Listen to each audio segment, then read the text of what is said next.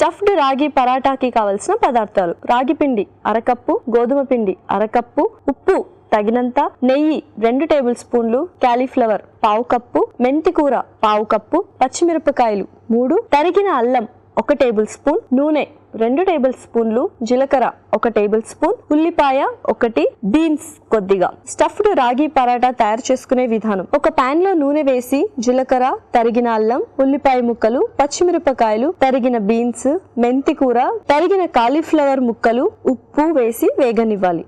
ఆ తర్వాత ఒక బౌల్లో రాగి పిండి, గోధుమ పిండి, ఉప్పు వేసి తగినన్ని నీళ్లు పోసి ముద్దలా కలుపుకోవాలి. ఈ మిశ్రమాన్ని కొంచెం కొంచెం తీసుకొని చేత్తో ఒత్తుకొని మధ్యలో వెజ్ మిశ్రమం ఉంచి అంచులు మూసి పరోటాల్లా ఒత్తుకోవాలి. ఆపై పెనంపై ఉంచి నెయ్యితో 2 వైపులా కాల్చుకొని సర్వింగ్ ప్లేట్లోకి తీసుకొని సర్వ్ చేసుకుంటే టేస్టీ స్టఫ్డ్ రాగి పరాటా రెడీ.